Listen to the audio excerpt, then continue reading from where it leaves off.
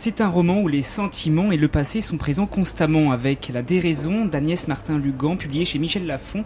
Vous allez suivre deux protagonistes, Madeleine et Joshua. Tous deux sont dans une période de vie plutôt sombre, l'un où l'envie de vivre ne tient plus qu'à un fil, et l'une où la vie en décide autrement à cause de la maladie. Agnès Martin-Lugan, bonjour. Bonjour. Merci de répondre à mes questions. On ne vous présente plus, 4 millions d'exemplaires vendus avec 9 romans. Votre dernier né est dans les librairies depuis le 24 mars 2022. Oui. Pourquoi s'être intéressé cette fois à cette thématique très prenante, la mort ? Alors, ça a sonné un petit peu comme une forme d'évidence quand c'est venu, mais après de longues semaines de réflexion et de travail, je m'étais toujours intéressée je m'étais toujours située du côté du deuil, parce que il y a beaucoup de deuil dans mes précédents romans, mais jamais je n'avais été dans la position dans la position de me glisser dans la peau d'un personnage qui était condamné et qui allait mourir. Et finalement, en fait, moi, je me suis rendu compte que ça me permettait de poser mes propres angoisses aussi sur le papier. Tout le monde se pose beaucoup de questions sur la mort, surtout quand elle est annoncée. Et finalement, en même temps, moi, j'ai réalisé qu'il fallait en parler. Il fallait pas en avoir peur d'en parler. C'est pas parce qu'on l'écrit ou qu'on le lit ou qu'on en parle que la mort va vous tomber dessus. Et que finalement, ça peut permettre aussi de prendre du recul par rapport à ça et de vivre encore plus intensément. Annoncé, tombé dessus, mais pas forcément, avec un de votre personnages qui lui n'a pas de maladie, mais non. Par contre il veut aussi en finir. Oui. Est-ce que vous avez peur aussi de la mort et des différentes formes qu'elle peut prendre ? Tout le monde a peur, je dirais que tout le monde a peur de la mort, mais moi je pense, voilà, alors c'est vrai que au début là j'ai parlé de Madeleine, le personnage de Joshua, lui il veut en finir, mais il n'a pas le courage d'aller au bout. En fait, il est toujours au bord du précipice, au bord de la falaise, mais il y a toujours quelque chose qui le ramène du côté de la vie, son fils, le piano, etc. Mais je pense que oui, on a tous peur de la mort, mais il faut aussi faire baisser la pression. On est dans une société où on en a beaucoup peur finalement, où la mort est assez taboue, alors que dans d'autres cultures, elle ne l'est pas. Et que apprendre à vivre avec, justement, je pense que ça peut nous permettre de mieux vivre. Et vous qualifiez le suicide de morbide également. Alors c'est pas moi qui le qualifie, c'est le personnage, et c'est autre. Enfin, voilà, je vois exactement le passage que vous me citez, c'est-à-dire que voilà, elle peut avoir des idées d'en finir plus vite plutôt que d'attendre que la maladie l'emporte, et oui, elle trouve ça morbide finalement de ne pas aussi profiter de ses derniers instants et de pas en fabriquer de dernières images avec sa fille. Ce qui fait tenir les personnages aussi, c'est les enfants. Ils sont très présents dans votre roman. Ils nous permettent aussi, je pense, en tant que lecteur, d'apporter de la stabilité aussi et de la raison de vivre avec ses parents. Comment vous avez construit aussi les enfants dans votre roman ? Alors, Lisa, donc la fille de Madeleine, et Nathan, le fils de Joshua, ils se sont imposés avec leur lumière, en fait, à moi. Au début, j'en avais vraiment aucune idée. Et en fait, plus j'avançais dans l'écriture, plus je voyais effectivement que l'un et l'autre étaient la lumière de leurs parents.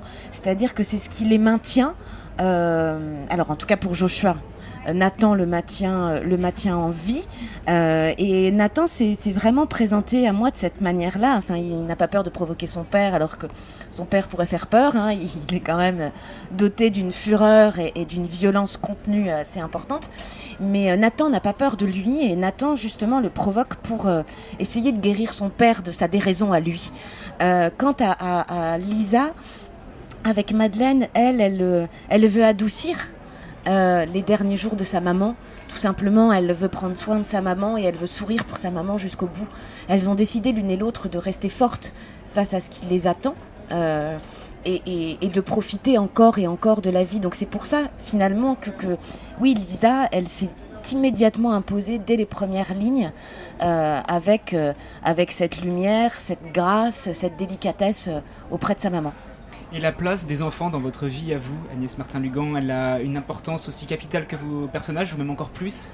Je dirais oui, enfin mes fils ont une importance, c'est mon essentiel, mes deux garçons, ça effectivement, et je n'imagine pas, je ne conçois pas ma vie sans mes enfants. Voilà, je peux dire, ils sont ma lumière, ils sont mon énergie, enfin c'est quelque chose c'est viscéral. tout simplement. Et ils peuvent être source d'inspiration aussi en tant qu'auteur ? Non. Je dissocie toujours, en fait, ma vie privée, ma famille, mes amis, mes enfants, mon mari, de mes romans. C'est-à-dire que je ne me suis inspirée de personne dans aucun de mes romans. Après, voilà, quand il y a des choses... Je dis de La Déraison qu'il est mon roman le plus personnel, mais c'est pas du tout par rapport à quelque chose que j'aurais pu vivre. C'est véritablement par rapport à mon inconscient et la manière dont il s'est livré et que je l'ai laissé parler, en fait, dans l'écriture de La Déraison. Pour faire rejoindre aussi ces deux thématiques, la mort et l'amour de ses enfants, vous faites questionner Madeleine sur l'après, après la mort. Oui. Vous parlez de néant le plus total et de vide de soi. Agnès Martin-Lugan, le simple fait de laisser une trace aussi de notre vécu à travers les individus, la famille, les amis, et puis toutes les personnes que l'on peut croiser, est-ce que finalement c'est pas aussi l'essentiel de la vie ? Ben c'est vrai que Madeleine s'interroge sur ce qu'elle va laisser à sa fille, et c'est aussi pour ça qu'elle va finir par lui confier, lui raconter son histoire en fait, parce que son histoire participe à l'histoire de sa propre fille, et c'est finalement comment elle va pouvoir continuer à vivre à travers sa fille, enfin en tout cas à travers les souvenirs qu'elle va laisser à sa fille. Et oui, je crois, après ce n'est que mon avis, mais que voilà, ce qu'on peut laisser à nos enfants, ben, c'est la plus belle trace finalement qu'on peut laisser sur Terre le jour où on s'en va. C'est-à-dire que ce qu'on peut apporter à nos enfants, ou aussi enfin, à notre entourage d'une manière un peu plus générale, voilà, si je dois partir en premier par rapport à mon entourage, mes amis, mes enfants, ben, c'est ce que j'ai pu leur laisser, leur apporter pendant mon vivant, en fait, et qu'ils vont pouvoir conserver en eux, et je crois que ça fait partie d'un des essentiels de la vie. Vous nous questionnez aussi à travers votre roman sur les regrets, des regrets sur le vécu, mais aussi sur de potentiels regrets donc dans le futur. Alors je pense que nous avons tous plus ou moins aussi des regrets, on doit vivre avec, des fois c'est plus compliqué que d'autres. Oui. Qu'avez-vous aussi envie d'extérioriser à propos des regrets ? Mais l'idée, en fait, c'est effectivement les regrets sont présents parce que Madeleine se pose cette question, ai-je des regrets avant de mourir ? Et puis c'est aussi derrière dans l'idée, qu'est-ce qu'elle n'assume pas ou qu'est-ce qu'elle n'a pas assumé et qu'est-ce qu'elle peut-être elle aurait pu faire différemment. Mais je crois qu'effectivement tout le monde a des regrets.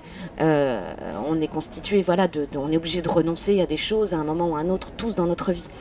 Mais je crois que l'idée, c'est de les assumer.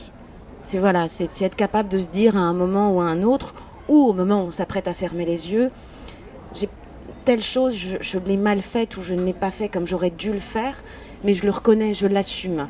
Et je pense qu'à partir du moment où on assume, le regret est certainement moins, entre guillemets, pathologique.